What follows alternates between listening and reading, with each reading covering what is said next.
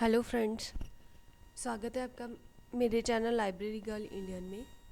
पिछली वीडियो में हमने देखा था कि टैक्सेस और उसके टाइप्स के बारे में, टैक्स का मीनिंग क्या था और उसके टाइप्स का मीनिंग क्या था।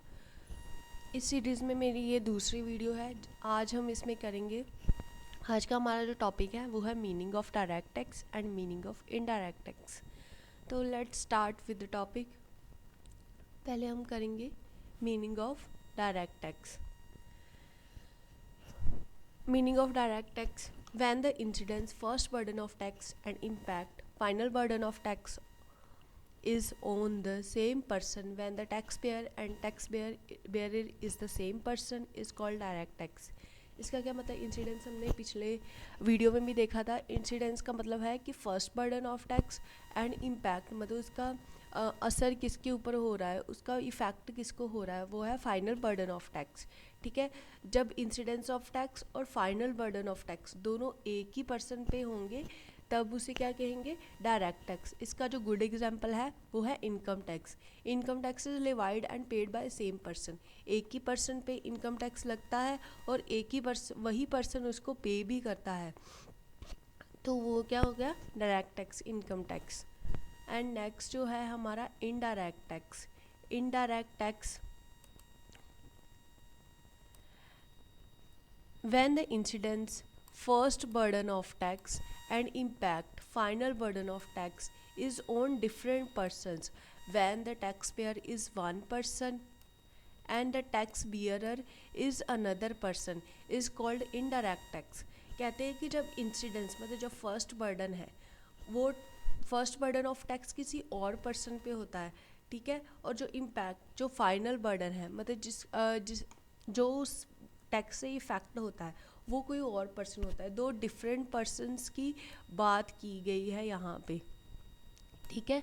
When the tax payer is one person, एक पर्सन जो टैक्स पेयर है, और टैक्स बियरर जो है वो दूसरा बंदा है, ठीक है।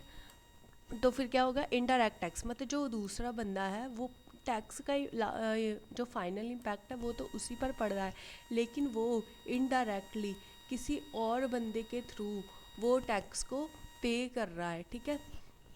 In case of indirect tax the final bearer is always consumer. कहते कि जो इनडायरेक्ट टैक्स का जो केस है उसमें हमेशा जो कंज्यूमर है वही फाइनल बियरर होता है, मतलब हमेशा पैसे उसी की जेब से जाएंगे, ठीक है। Example GST: the tax payer is supplier but the tax bearer is consumer.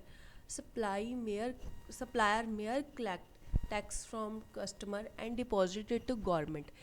अब जीएसटी के केस में क्या होता है? मान लो कि मैं एक सप्लायर हूँ, मैंने पहले गुड्स किसी से खरीदी, या मैं मैन्युफैक्चरर हूँ, मैंने गुड्स बनाई, ठीक है। पहले मैंने क्या किया कि जब मैंने गुड्स रॉ मटेरियल परचेज़ किया उसके ऊपर टैक्स दिया, जो रॉ मटेरियल मैन्युफैक्चर कर रहा है उसको, उसने क्या किया? वो अपने जीएसटी में क्लेम कर लिया, लेकिन टैक्स तो मेरी जेब से गया ना, मैं बायर था उसका, ठीक है। फिर मैंने क्या किया? मैंने उसको फाइनल गुड्स में तब्दील करके क्या किया? आगे किसी बायर को बेच दिया।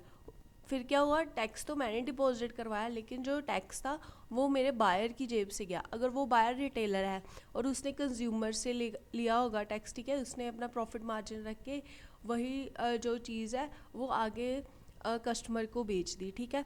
तो कस्टमर ने क्या किया? कस्टमर ने विद टैक्स उसको पेमेंट किया, तो वो क्या होगा? मेयर कलेक्ट कर रहा है जीएसटी को और गवर्नमेंट को जमा करवा रहा है। मैंने भी पहले मैन्युफैक्चरर ने मुझसे कलेक्ट किया, फिर मैंने अपने बायर से कलेक्ट किया, और बायर ने लास्ट में कंज्यूमर से ही कलेक्ट किया है, तो फाइनल बर्डन जो है वो कंज्यूमर पे ही आएगा इनडायरेक्ट टैक्स का। आशा करती हूँ कि आपको आज की वीडियो अच्छी लगी होगी।